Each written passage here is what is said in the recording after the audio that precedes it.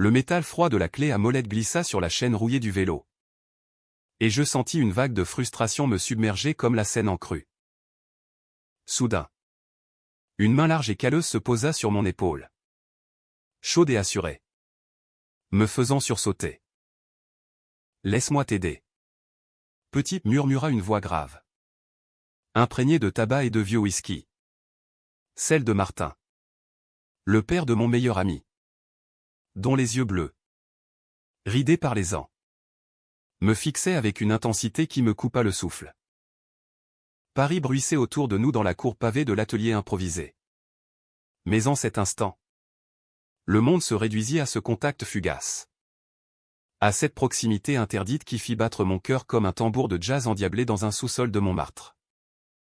Je m'appelais Alexandre. Ou Alex pour les intimes. 22 ans. Étudiant en littérature à la Sorbonne. Avec un appartement minuscule sous les toits du quartier latin où les pigeons nichaient plus librement que moi. Hugo. Mon meilleur ami depuis le lycée. Était le genre de garçon qui illuminait les soirées arrosées de vin rouge et de rire forcé. Fils unique d'un père veuf. Il vivait dans une maison modeste du 14e arrondissement. Un de ces immeubles haussmanniens au balcon fleuri de géranium fané. Hugo. Avec ses boucles brunes en bataille et son sourire espiègle. Était hétéro jusqu'à la moelle. Obsédé par les filles aux courbes généreuses et les matchs de foot au Stade de France. Moi. J'étais le confident. Celui qui écoutait ses conquêtes ratées en sirotant un café noir. Tout en cachant mes propres secrets sous des couches de sarcasme et de livres jaunis de Proust. Ce jour-là. Un mardi pluvieux de septembre. Mon vieux vélo, un reliquat rouillé hérité de mon grand-père normand, avait rendu l'âme en pleine montée vers la rue de la Huchette. La chaîne avait sauté. La pédale s'était bloquée. Et je pestais comme un charretier. Trempé jusqu'aux os. Quand Hugo m'avait traîné chez lui. Papa s'y connaît en mécanique, avait-il lancé d'un ton léger. Ignorant le nœud qui se formait déjà dans mon estomac. Martin. Le père d'Hugo. Un homme de 50 ans. Charpentier de profession. Avec des épaules larges comme les piliers du Pont-Neuf et une barbe poivrée, celle qui lui donnait l'air d'un loup solitaire échappé des forêts de Bretagne. Je l'avais toujours vu de loin, lors des dîners familiaux sporadiques. Il se tenait en retrait. Sirotant son pastis. Observant le monde avec un mélange de mélancolie et de force contenue. Sa femme était morte d'un cancer quand Hugo avait 10 ans. Et depuis, il portait son deuil comme une armure invisible. Ne s'ouvrant qu'aux planches de bois qu'il taillait dans son atelier. L'atelier en question était une remise au fond du jardin. Un havre de poussière et d'outils suspendus. Où l'odeur de sueur se mêlait à celle de l'huile de moteur. Quand nous entrâmes, Martin était penché sur une table de travail. Ajustant une chaise bancale. Il se redressa. Essuyant ses mains sur un chiffon taché. Et son regard croisa le mien un instant de trop. « Qu'est-ce qui t'amène ? » « Fiston, demanda-t-il. Sa voix roulant comme un tonnerre lointain. Hugo expliqua en riant. Et je me contentais d'un hochement de tête. Sentant mes joues s'empourprer sous la pluie qui goûtait encore de mes cheveux. Il fallut moins d'une heure pour que Martin prenne les choses en main. Ses doigts experts marqués de cicatrices pâles. Témoins de bataille avec le bois et le fer, manipulèrent la chaîne avec une précision presque artistique. Je m'assis sur un tabouret bancal. Feignant l'intérêt pour un vieux calendrier épinglé au mur. Mais mes yeux revenaient sans cesse à lui, la courbe de son dos sous la chemise en flanelle usée. La sueur perlant sur sa nuque. La façon dont ses lèvres se pinçaient en concentration. « Tiens ça, grogna-t-il soudain. Me tendant une pièce métallique. Nos mains se frôlèrent. Et un courant électrique me traversa. Comme si la foudre de l'orage avait frappé l'atelier. Je déglutis, fixant le sol pavé de dalles irrégulières. Hugo, fidèle à lui-même, s'était éclipsé pour un appel de sa dernière conquête. Une serveuse du Marais aux yeux verts. Nous étions seuls. Martin se redressa, essuyant son front d'un revers de manche. C'est pas grand-chose. Ce vélo. Comme la vie. Une chaîne qui saute. Et tout part en vrille. Sa voix était plus douce. Presque introspective. Et il s'assit à côté de moi. Si près que je sentis la chaleur de son corps irradier comme un feu de cheminée en hiver. Et toi? Alex? Qu'est-ce qui te fait sauter la chaîne ces temps-ci? Je balbutiai une réponse vague sur les examens. Les amis? La solitude parisienne qui ronge comme la rouille. Il rit. Un rire bas et rauque qui vibra en moi. Paris. C'est une garce. Elle te promet l'amour éternel et te laisse avec un cœur en miettes. Je ne sais pas comment cela arriva. Peut-être fut-ce la pluie qui redoubla dehors, isolant l'atelier du monde. Peut-être la façon dont il inclina la tête. Ses yeux bleus plongeant dans les miens comme pour y lire un poème interdit. Ou simplement le poids de mes propres désirs. Accumulés comme des feuilles mortes dans les allées du Luxembourg. Il posa sa main sur mon genou. Un geste anodin au départ. Pour souligner un mot. Mais elle resta là. Lourde. Chaude. Tu sais. Petit, murmura-t-il. Parfois. On répare pas tout avec des outils. Faux du cœur. Mon souffle se bloqua. Je levai les yeux.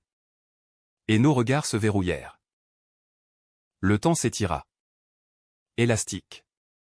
Jusqu'à ce que ses lèvres effleurent les miennes à un baiser hésitant. Puis affamé. Comme un homme assoiffé buvant à une source longtemps tarie.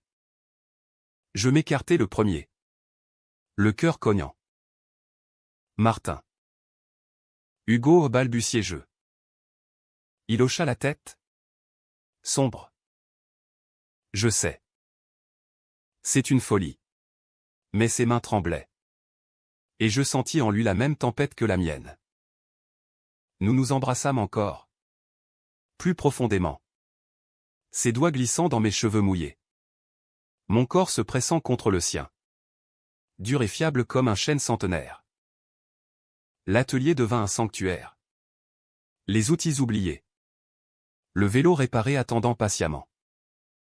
Quand Hugo revint. Nous avions repris nos places. Feignant l'innocence. Mais l'air crépité d'un secret partagé. Les jours suivants furent un tourbillon. Hugo. Inconscient. M'invitait chez lui comme avant. Pour des soirées jeux de société ou des promenades le long de la Seine. Mais maintenant. Chaque regard de Martin était une étincelle. Chaque effleurement accidentel un feu d'artifice. Nous volions des moments, une caresse dans la cuisine pendant que Hugo prenait sa douche. Un baiser volé dans le jardin au clair de lune. Martin parlait peu. Mais ses silences étaient éloquents. Il me racontait sa vie en bribes, la Bretagne de son enfance. Les tempêtes atlantiques qui forgeaient les hommes. La perte de sa femme qu'il avait laissé creux comme un tronc d'arbre évidé. Je croyais que l'amour était mort avec elle, avoua-t-il un soir. Nos corps enlacés sur le vieux canapé du salon. Hugo endormi à l'étage. Mais toi, Alex, tu es comme une lumière dans la brume. Je tombais amoureux. Profondément. Irrémédiablement. À 22 ans. J'avais connu des flirts éphémères dans les bars gays de Pigalle. Des nuits fugaces avec des inconnus au sourire carnassier. Mais Martin était différent, solide.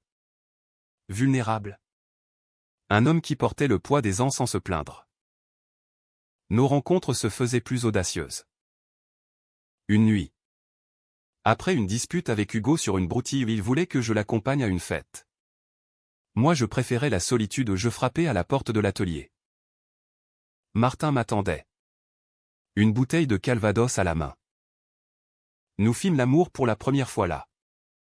Sur une couverture étalée sur le sol de sur. Ses mains explorant mon corps jeune avec une tendresse presque douloureuse. Dieu me pardonne, murmura-t-il après. Mais ses yeux brillaient d'une joie coupable. Pourtant. La culpabilité rôdait. Hugo était mon frère de cœur. Innocent et confiant. Comment pouvais-je le trahir ainsi? Et Martin, avec ses rides qui se creusaient un peu plus chaque jour, semblait hanté par les fantômes de sa propre morale.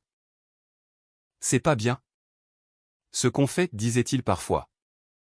Mais il m'attirait contre lui. Comme si mon corps était le seul remède à son vide. Paris, avec ses lumières tamisées et ses ruelles sombres, devenait le décor de notre drame. Nous marchions main dans la main dans le jardin des Tuileries à l'aube. Invisibles parmi les joggeurs. Où nous nous embrassions sous les arches du métro. Le bruit des trains masquant nos souffles haletants. Un mois passa ainsi. Dans cette bulle précaire. Puis vint l'automne. Avec ses feuilles rousses et ses pluies froides qui collaient à la peau comme des regrets. Hugo organisa une soirée pour son anniversaire. Une fête bruyante dans le salon. Avec des amis du foot et des étudiantes rieuses. Je vins. Bien sûr. Le cœur serré. Martin était là. En retrait. Servant des bières d'une main ferme. Nos regards se croisèrent au milieu de la foule. Et je lus dans le sien un appel muet. Plus tard. Quand la musique tonna et que Hugo dansa avec une blonde aux lèvres pulpeuses. Je me glissai dehors. Vers l'atelier. Martin me suivit. Cette nuit-là fut la plus intense. Nous nous déshabillâmes avec urgence. Nos corps se connaissant déjà par cœur. Ses caresses étaient un mélange de force brute et de douceur infinie. Ses murmures en breton ancien ou des mots d'amour oubliés me faisant frissonner. Reste avec moi, supplia-t-il quand l'aube pointa. Grise et impitoyable. Mais je savais que c'était impossible. Hugo nous appela pour le petit déjeuner. Et nous revînmes. Séparés. Comme des acteurs reprenant leur rôle. Le conflit couvait. Hugo avait remarqué mon éloignement. Mes excuses bidons pour les sorties. T'es bizarre en ce moment. Alex, dit-il un soir. Lors d'une balade sur les quais. C'est une meuf? Je ris. Forcé. Mais la trahison me rongeait. Martin. De son côté. Sombrait dans une mélancolie noire. Buvant plus. Travaillant moins. On doit t'arrêter, déclara-t-il un après-midi. Dans le parc Montsouris. Nos bancs séparés par un lac miroitant. Pour Hugo. Pour nous. Mais ses yeux trahissaient le mensonge. Et quand je l'embrassai. Il céda. Comme toujours. La première fissure apparut lors d'une dispute banale. Hugo avait surpris une conversation téléphonique, la mienne. Avec un ami gay qui me conseillait de suivre mon cœur. Qu'est-ce que c'est que ces conneries, explosa-t-il.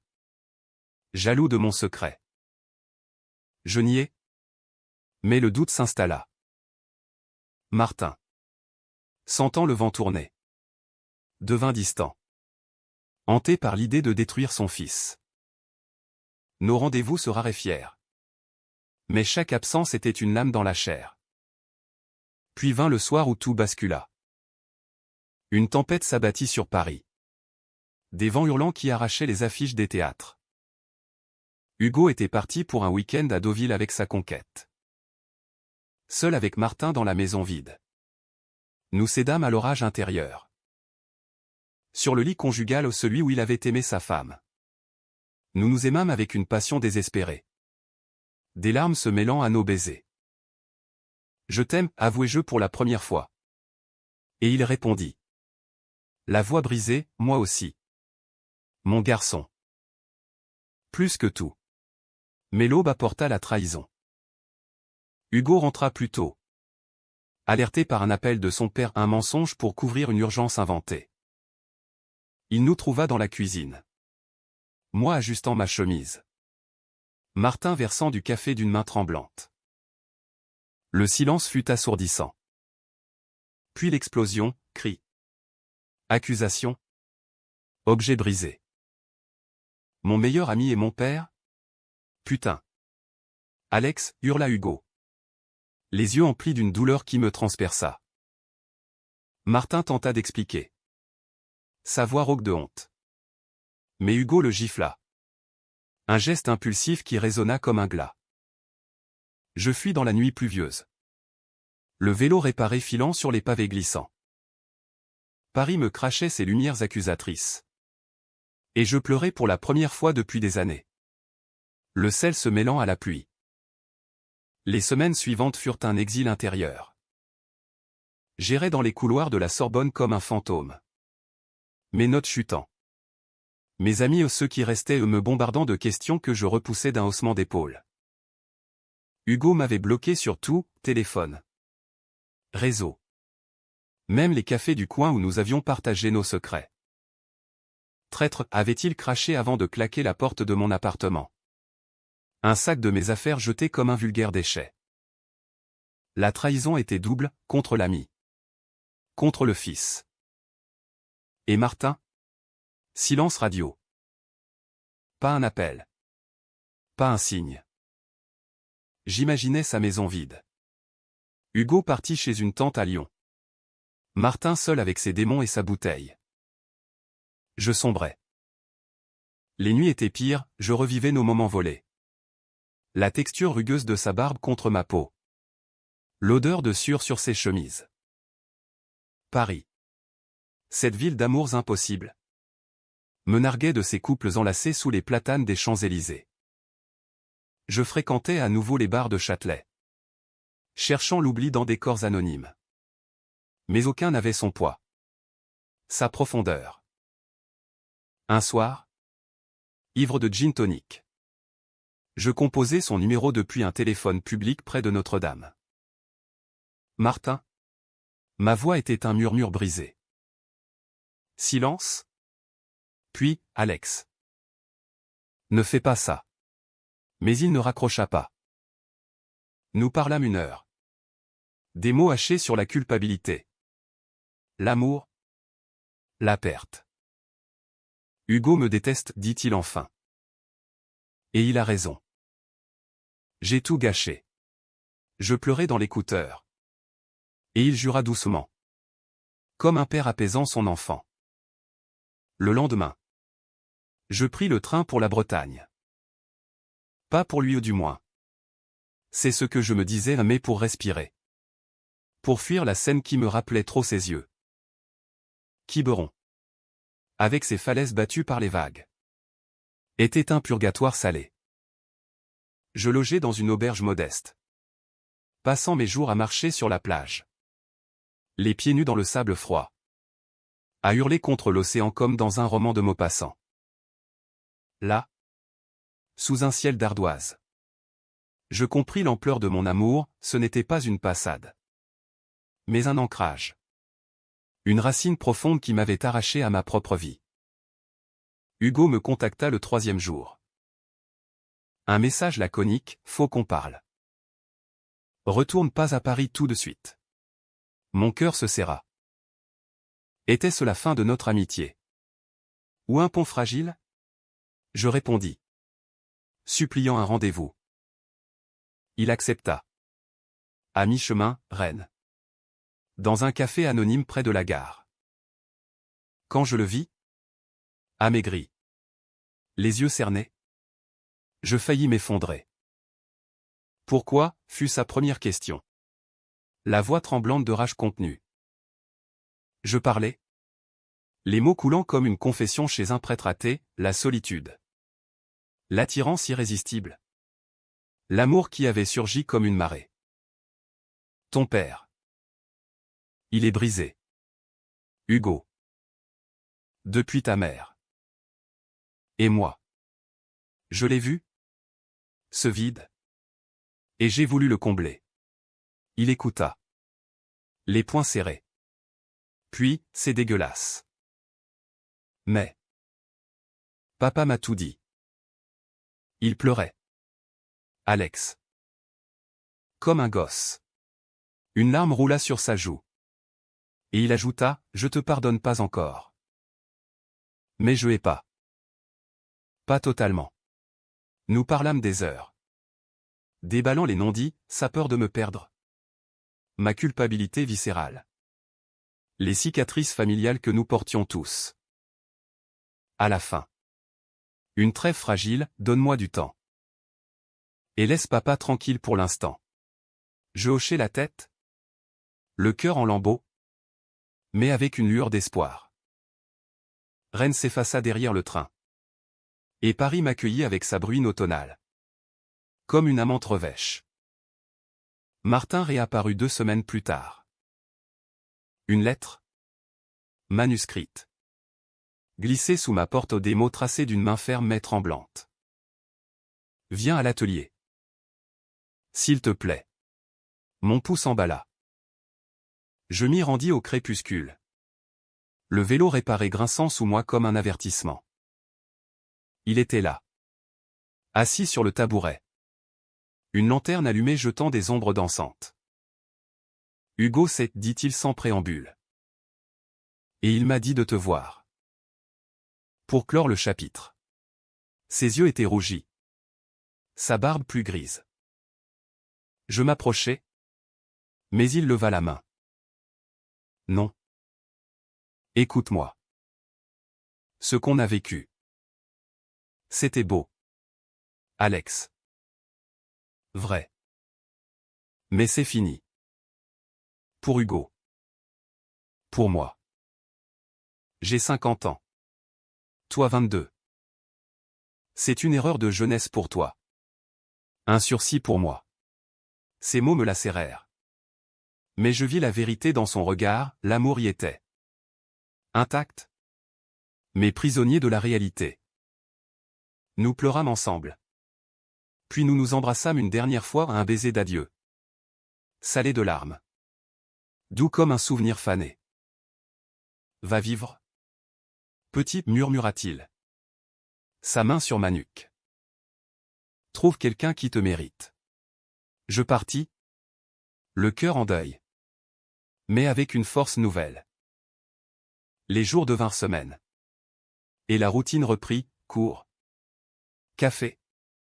Promenade solitaire. Hugo revint dans ma vie par petites touches, un texto ironique sur un match. Un café partagé dans le marais. Papa va mieux, dit-il un soir. Il sculpte à nouveau. Des trucs. Abstraits. Comme des cœurs brisés. Nous rîmes. Un rire timide. Et je sentis les ponts se rebâtir. Pourtant. Le manque persistait. Une hache sourde. Un soir de décembre. Sous les guirlandes de Noël du boulevard Saint-Germain. Je croisai Martin par hasard. Il portait un manteau usé. Un sac de course à la main. Nos regards se heurtèrent. Et le monde s'arrêta. Alex, souffla-t-il. Tu as l'air. Bien. Je souris. Forcé. Toi aussi. Hugo était avec lui. À quelques pas. Discutant avec un vendeur de marrons chauds. Le fils nous vit. Hocha la tête à un accord silencieux. Martin s'approcha. Posa une main sur mon épaule. Comme ce premier jour. Merci, murmura-t-il. Pour tout. Et il s'éloigna. Silhouette se fondant dans la foule festive. Cette nuit-là. Je rentrai chez moi et écrivis. Des pages et des pages. Un journal de notre histoire. Pour exorciser. Pour honorer. Paris dormait sous la neige rare. Et je compris que l'amour, même brisé, laisse des traces indélébiles comme les pavés usés de la ville. Témoin muet de 1000 drames. Le printemps revint. Timide. Avec ses cerisiers en fleurs le long de la Seine. Hugo et moi avions repris nos habitudes, foot improvisé dans le bois de Boulogne. Débats enflammés sur Sartre dans des bistrots enfumés. Il ne mentionnait jamais Martin et moi. Mais une compréhension tacite flottait entre nous. Une maturité forcée. Un jour, il m'invita à un vernissage, Papa expose. Viens. Pour lui. Mon cœur bondit. La galerie était un petit espace du VE arrondissement. Murs blancs et spots crus. Les sculptures de Martin trônaient, des formes torturées en bois flotté, évoquant des corps enlacés, des cœurs fendus, des vagues d'émotions figées. Il était là, en chemise propre, mal à l'aise parmi les critiques snobs. Nos yeux se trouvèrent. Et un sourire vrai, lumineux illumina son visage buriné. « Content que tu sois venu, dit-il plus tard. Lors du vin d'honneur. Hugo à nos côtés comme un gardien bienveillant. Ces pièces. Elles sont pour toi, ajouta-t-il à voix basse. Je touchai une sculpture, sentant sous mes doigts la texture de notre passion. Elles sont magnifiques. La soirée se prolongea dans un restaurant voisin. Un trio improbable mais uni. Hugo parla de ses rêves, un job en journalisme. Une vie loin de Paris peut-être. Martin évoqua la Bretagne. Les projets de retraite. Moi. Je parlais d'écriture. D'un roman en gestation sur l'amour impossible. Nos rires remplirent l'air. Et pour la première fois, je sentis la guérison, pas un effacement, mais une cicatrisation. Pourtant, le destin, ce farceur parisien, réservait un dernier coup. L'été arriva. Torride. Avec ses terrasses bondées et ses amours estivales. Hugo partit en voyage. Backpacking en Italie avec sa blonde. Seul. Je flânais dans Montmartre, escaladant les marches du Sacré-Cœur. Quand une silhouette familière apparut, Martin. Essoufflé. Un sourire espiègle aux lèvres. Fiston m'a dit que tu traînais par ici. Nous nous assîmes sur les marches, dominant la ville étincelante. Hugo. Il sait.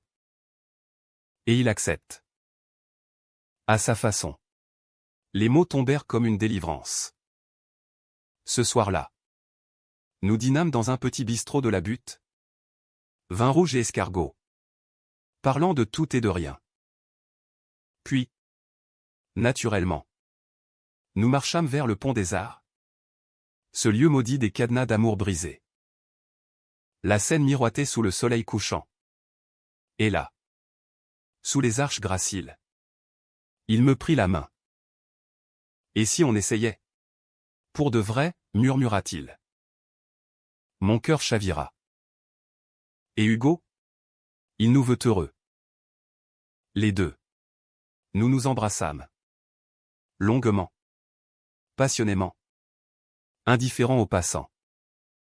Paris applaudit en silence. Ses lumières s'allumant comme des étoiles complices. Ce n'était pas la fin. Mais un nouveau chapitre humain. Imparfait. Profondément romantique. L'été 2025 s'étirait paresseux. Avec ces orages capricieux qui lavaient les rues de leurs poussières accumulées. Notre relation au quart s'en était une désormais. Timide mais affirmée où se construisait brique par brique. Comme une de ces vieilles maisons parisiennes rénovées avec soin. Martin et moi nous voyons en secret d'abord. Par respect pour Hugo qui, malgré son acceptation verbale, digérait encore le choc. Des déjeuners volés dans des brasseries anonymes du 11e. Où il commandait un steak frites saignant et moi une salade niçoise trop verte, des balades vespérales dans le canal Saint-Martin. Assis sur les berges à regarder les péniches paresseuses glisser comme des souvenirs effacés. Martin était un amant attentif, presque paternel dans sa tendresse. Il m'emmenait dans son atelier. Non plus pour des étreintes furtives, mais pour partager son art. Regarde, disait-il, me guidant les mains sur un bloc de chêne brut. Sculpte avec moi. Nos doigts se mêlaient dans la poussière. Et sous ses instructions rauques, je donnais forme à la matière à un torse masculin, courbé dans l'abandon, que nous baptisâmes Renaissance. Ces moments étaient thérapeutiques. Un baume sur les plaies encore vives. Il parlait plus, révélant les fissures de son passé, l'enfance rude à Brest. Où son père, pêcheur alcoolique, le battait pour un rien, le mariage avec Élise. Un amour fulgurant né dans un bal musette. Éteint trop tôt par la maladie. Elle m'a appris à aimer sans posséder, confia-t-il un soir. Nos corps enlacés sur un banc du Luxembourg. Les statues impassibles nous veillant. Avec toi. C'est différent. C'est libre. Moi. Je m'ouvrais à mon tour. Je lui lisais mes poèmes inachevés. Des vers sur la solitude queer dans une ville qui tolère mais n'embrasse pas toujours. Tu es mon Baudelaire, plaisantait-il. Sa barbe chatouillant mon cou. Mais sous les rires. La peur persistait, et si Hugo changeait d'avis? Et si l'âge creusait un fossé insurmontable? Martin. À 50 ans. Avait des matins raides. Des douleurs dans le dos qui le faisaient grimacer, moi. J'étais un feu follet. Avide de nuits blanches et de voyages imaginaires. Pourtant. Ces différences nous liaient, il manquerait. Je l'allégeais. Hugo revint de son périple italien allé et amoureusement comblé.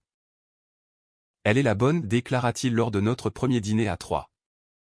Dans un restaurant arménien du XIIIe. Où les messes fumant et le vin d'Anatolie déliaient les langues. Martin et moi échangeâmes un regard complice. Nos pieds se frôlant sous la table. Hugo. Sentant la tension. Leva son verre, à nous. À la famille tordue. Le mot famille plana. Chargé.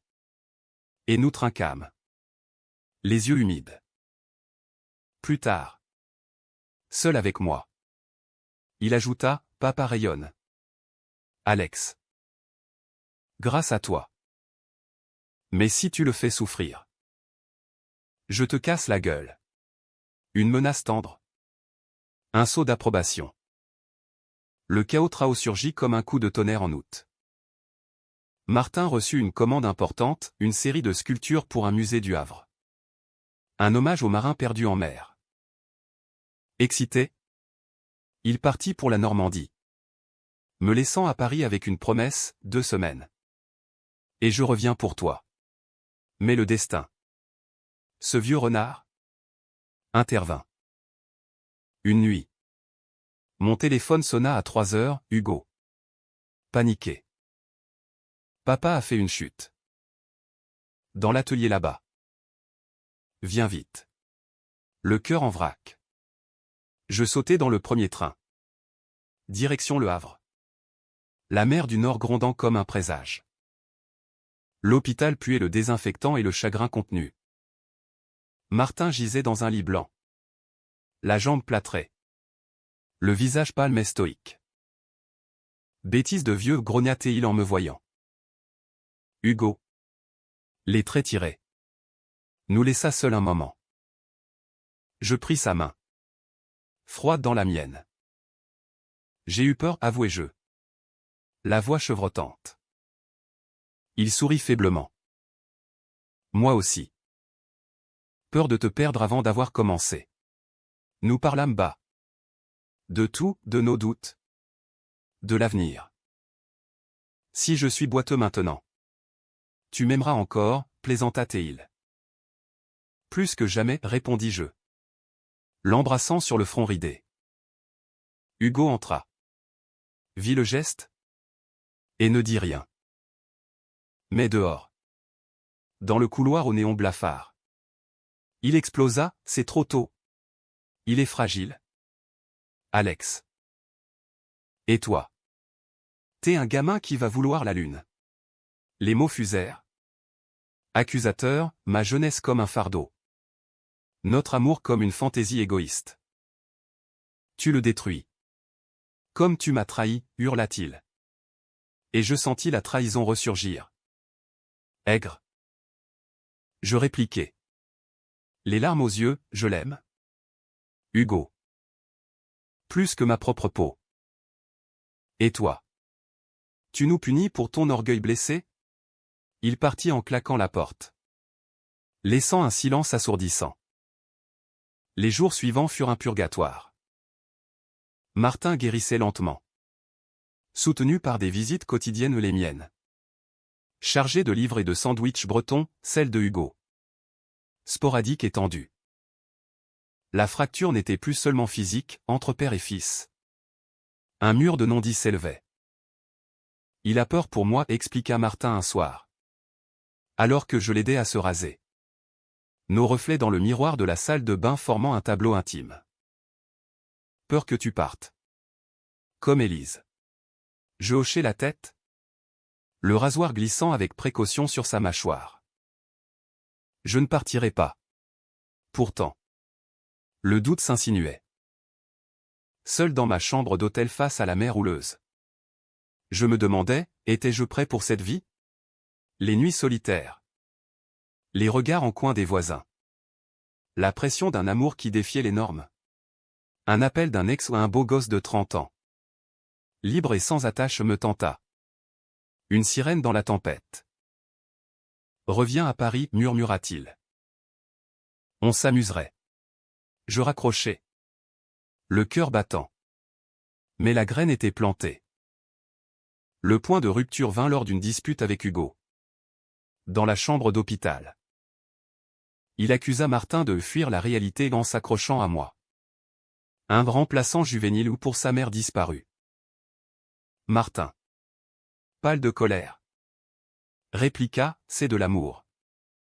Fiston. Pas un caprice. Hugo s'effondra en larmes, mais moi? Je perds mon père et mon ami en un. Le silence qui suivit fut un abîme. Je sortis. Étouffé. Et marchai des heures le long du port. Les mouettes criant comme des âmes en peine. De retour. Martin me dit, peut-être qu'il a raison. Peut-être qu'on force le destin. Ces mots me brisèrent. Tu renonces, demandai-je.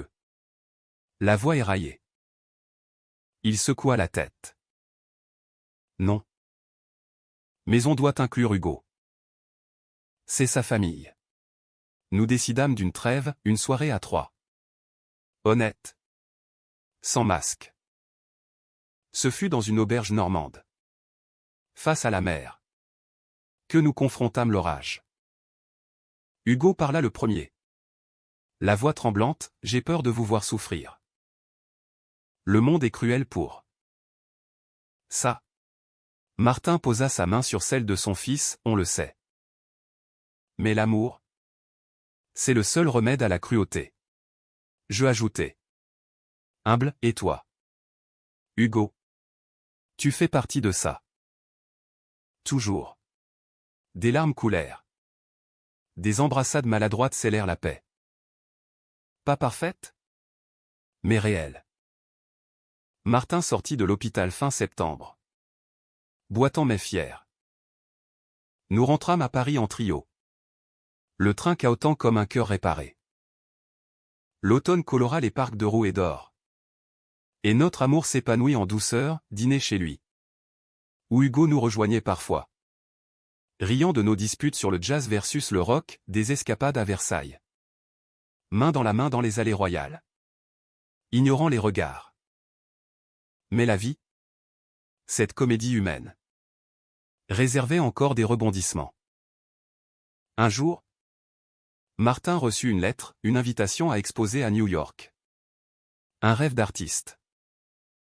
Viens avec moi, proposa-t-il. Mon cœur bondit à l'Amérique. Ce mirage de liberté queer. Hugo. Apprenant la nouvelle. Souris, allez-y. Montrez-leur ce qu'est un amour français. New York nous avala comme une géante affamée. Ses gratte-ciel hérissés dévorant le ciel d'octobre. Nous atterrîmes à Juevka sous un crachin froid. Martin serrant ma main dans la cohue des taxis jaunes. Son plâtre enfin ôté mais une légère boiterie persistante. C'est comme un film, murmura-t-il. Émerveillé. Alors que Manhattan s'ouvrait devant nous. Un chaos de néons et de sirènes. L'exposition se tenait dans une galerie de Chelsea. Un loft aux murs de briques nues où ses sculptures ses torses enlacés. Ses cœurs de bois torsadés dialoguaient avec les abstractions de Basquiat. Les critiques new-yorkais. Gominés et peints sans rire. Déambulaient. Sirotant du chardonnay. Et pour la première fois, Martin fut applaudi. son accent breton roulant comme un vin rare. Les nuits étaient magiques. Nous arpentions Greenwich Village. Main dans la main sans crainte. Buvant des cocktails dans des bars gays où les drag queens nous taquinaient sur notre couple dandy français. Martin.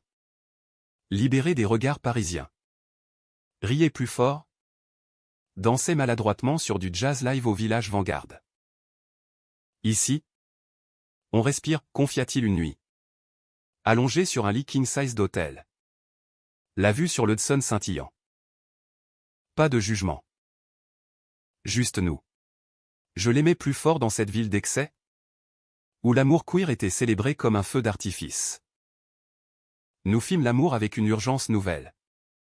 Ses mains calleuses explorant ma peau comme un territoire conquis. Mes lèvres traçant les cicatrices de son corps comme des poèmes gravés. Hugo nous bombardait de messages, photos de Paris sous la pluie. Blagues sur les Yankees qui ne savent pas cuisiner. Profitez. Les amoureux écrivaient-ils. Et chaque mot était une bénédiction. Pourtant, sous la surface, des ombres planaient. Martin. Face au succès. Doutait, et si c'était un feu de paille? New York adore les nouveautés. Mais Paris. C'est ma racine. Je le rassurais. Mais en moi. Une peur miroir grandissait, et si l'Amérique m'attirait trop? Avec ses opportunités pour un jeune écrivain queer? Un éditeur rencontré à la galerie m'offrit un stage. Pour peaufiner ton français romantique. Je tergiversais. Le cœur tiraillé. Le climax new-yorkais éclata lors d'une soirée gala. Black tea et champagne qui pétillaient comme des mensonges. Martin. En smoking taillé sur mesure. Était un rock charismatique, moi. En chemise slim. Un feu follet nerveux. Parmi la foule artiste. Collectionneur. Un sprinkling de célébrités où nous dansâmes un slow langoureux. Indifférent au flash des photographes.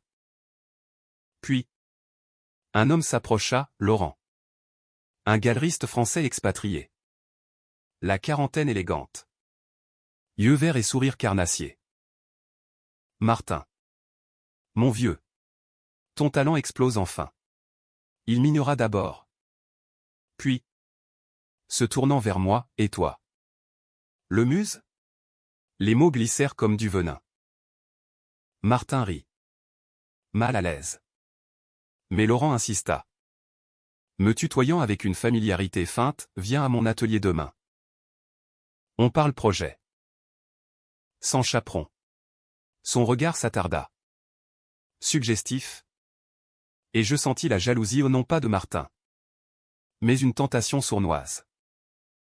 Plus tard. Dans la chambre. Martin explosa, qu'est-ce que c'était que ça? Tu flirtais? Blessé par l'accusation. Je ripostai, et toi? Il te bouffe des yeux comme un trophée. La dispute s'enflamma. Mots assassins, mon immaturité. Son insécurité d'âge mûr. Tu veux de la jeunesse libre? Va voir Laurent, hurla-t-il. Je claquai la porte. Errant dans les rues nocturnes de Manhattan. La pluie lavant mes larmes. L'aube me trouva dans un café de l'Upper East Side. Buvant un espresso amer. Le téléphone muet. Hugo appela, alerté par un message laconique de Martin. Qu'est-ce qui se passe? Bande d'idiots, grogna-t-il. Je déballai tout. La voix brisée. C'est normal? L'amour. Ça pique. Mais partez pas bête.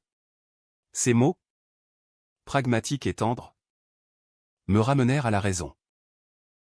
Je hélai un taxi pour l'hôtel. Où Martin m'attendait. Assis sur le balcon. Une cigarette aux lèvres vice rares.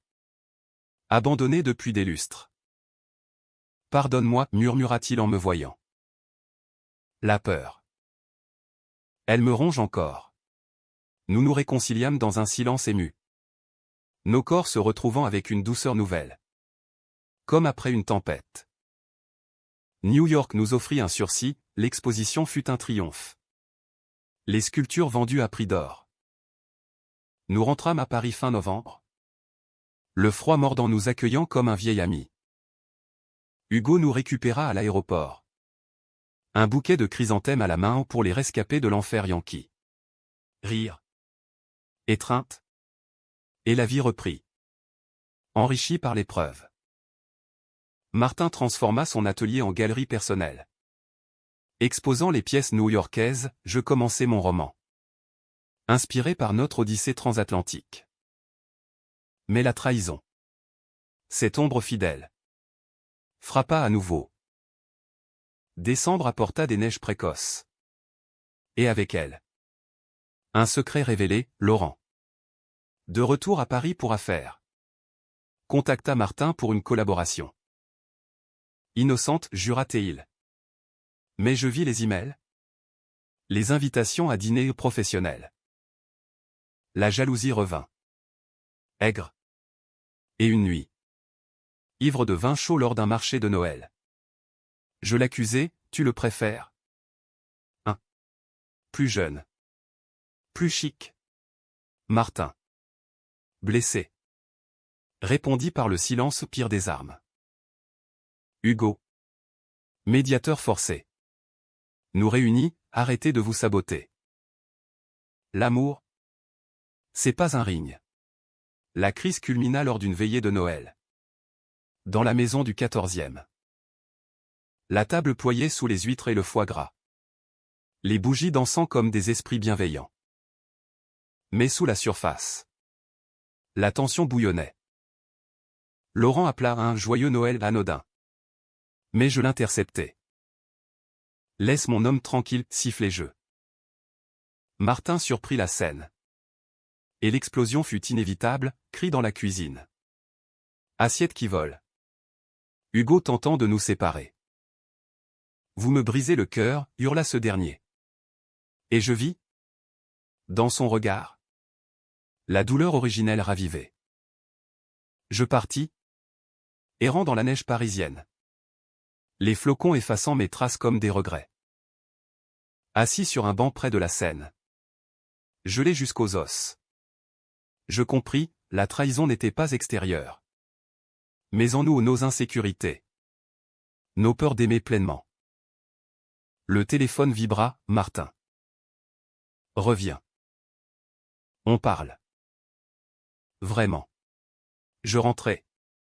Trempé. Et nous nous affrontâmes dans le salon vide. Hugo témoin muet. Des aveux jaillirent, ses doutes sur l'âge. Mes craintes d'étouffement. Je t'aime tel que tu es, conclus-je. Et il me serra contre lui. Brisé mes entiers. Hugo. Les yeux rougis.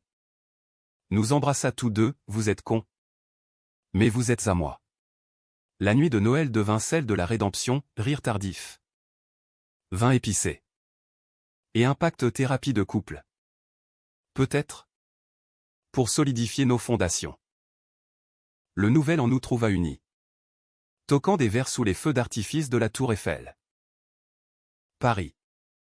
Cette putain sentimentale. Nous pardonner nos faux pas.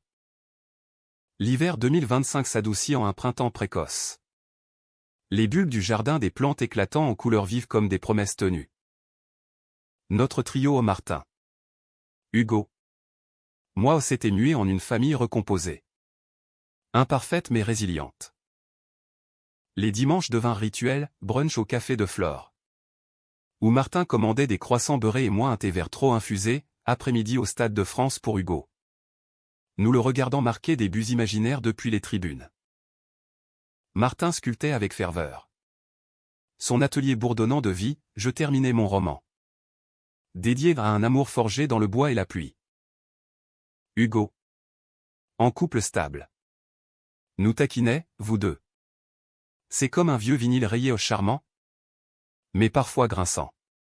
Le conflit latent ressurgit en mai. Lors d'une visite surprise. La mère de la petite amie d'Hugo, une bourgeoise du 16e. Bigote refoulée au débarca pour un thé. Elle nous toisa. Martin et moi. Main dans la main sur le canapé. Et l'achat? Acide, c'est. Moderne. Disons. Hugo rougit. Défendit farouchement, c'est l'amour. Maman. Point. Mais les mots empoisonnèrent l'air. Et plus tard. Seul avec Martin. Je craquai, et si le monde nous rejette toujours? Il me serra. Sa voix grave comme un ancrage, le monde est con. Nous? On est vrai. La trahison finale, où était-ce la libération? Vint de l'intérieur. Martin. Lors d'un check-up routinier. A pris une ombre au foie, rien de grave. Un kyste bénin. Mais assez pour réveiller les fantômes du cancer d'Élise. Il ne me dit rien d'abord. Portant le secret comme un fardeau solitaire. Je le découvris par accident. Fouillant ses papiers pour une facture. La dispute fut titanesque, tu me protèges comme un enfant, hurlai-je. J'ai peur de te perdre. Alex, répliqua Théil. Les larmes coulant enfin. Hugo. Alerté. Nous trouva effondrés. Putain. Papa. Parle. On est ensemble là-dedans. La crise nous força à l'honnêteté brute. Des nuits blanches à parler. À pleurer. À se serrer. Martin subit une biopsie. Négative, un faux alarme. Mais un électrochoc. Ça m'a rappelé, la vie est courte. Et mon s'enchaîne. Nous partîmes en retraite, un week-end à Honfleur. Normandie. Dans une auberge face à l'estuaire. Là. Sous les pommiers en fleurs. Nous nous mariâmes symboliquement en vœux échangés au soleil couchant. Bague en bois sculptée par ses mains. Hugo. Témoin virtuel par appel. Ris aux larmes, vous êtes fou. Mais heureux. Le retour à Paris fut une renaissance. L'été s'installa. Chaud et indulgent. Mon roman parut. Acclamé pour sa tendresse queer, les sculptures de Martin envahirent les galeries du Marais. Hugo demanda la main de sa belle en septembre. Lors d'un dîner à 4 nous. Les parents adoptifs. Béat de joie. Sans vous, je n'aurais pas compris l'amour, confia-t-il. Levant son verre. Le climax émotionnel survint au Pont des Arts. Un an jour pour jour après notre premier baiser là-bas. La scène coulait paisible. Les cadenas rouillés témoins de 1000 serments. Martin. Plus droit malgré les ans. Me prit dans ses bras, on a traversé l'enfer. Mon amour. Je l'embrassai.